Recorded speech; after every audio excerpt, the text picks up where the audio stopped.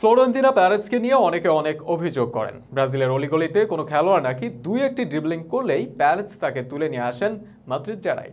প্যারেজের এই ব্রাজিল প্রীতিতে অনেক সমর্থক মাঝে মাঝে বিরক্তির ভাবও প্রকাশ করেন। তবে প্যারেজের তুলে আনার সেই ব্রাজিলিয়ানরা প্রমাণ করেছেন কেন প্যারেজকে মাস্টার মাইন্ড বলা হয়। সেই প্রমাণ তারা করে যাচ্ছেন মাদ্রিদের হয়ে বড় মঞ্চে। মাদ্রিদের খেলার শেষ 4 ফাইনালে ম্যান অব দ্য ম্যাচ হয়েছেন ব্রাজিলিয়ান খেলোয়াড়েরা।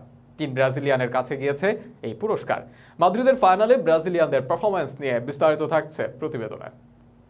ভিনিসিয়াস ও রদ্রিগো ক্লাব লেভেলে দুইজন এখন মানিকজোড় হয়ে গেছেন। ভিনিসিয়াসের গতি ও ড্রিবলিং সামলাতে যখন প্রতিপক্ষের রাইট ব্যাকের করুণ অবস্থা হয়, তখন যেন প্রতিপক্ষের ওপর শেষ আঘাত করেন রদ্রিগো।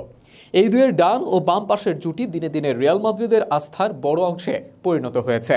এই যেমন কোপা দেল রে ফাইনালের ব্যাপারেই 9 বছর আগে শেষবার বার্সেলোনার বিপক্ষে 2-1 গোলে জয় পেয়েছিল রিয়াল মাদ্রিদ।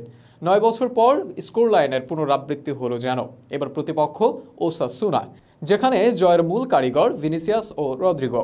বেলের ওই রানের পর রদ্রিগোর জোড়া গোল ও ভিনিসিয়াসের অ্যাসিস্টে কোপা দেল রে নিজেদের করে নেয় রিয়াল মাদ্রিদ, যেখানে 2 গোল করেন মাদ্রিদের ও ম্যাচের সেরা খেলোয়াড় ব্রাজিলিয়ান রদ্রিগো।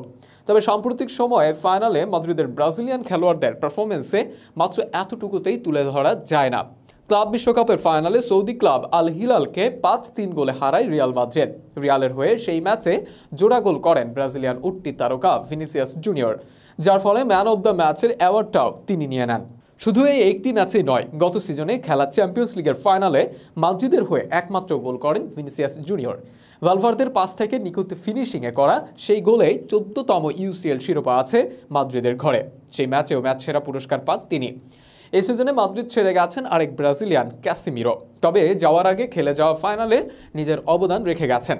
উয়েফা সুপার কাপের ফাইনালে জার্মান ক্লাব ফ্র্যাঙ্কফুর্টকে 2-0 গোলে হারায় রিয়াল মাদ্রিদ।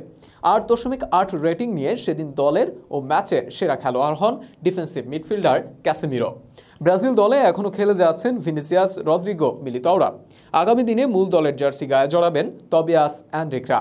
সাদা জার্সিতে এই ব্রাজিলিয়ানরা ভয়ঙ্কর, তা বোধহয় প্যারেজ আগেই বুঝতে পারেন।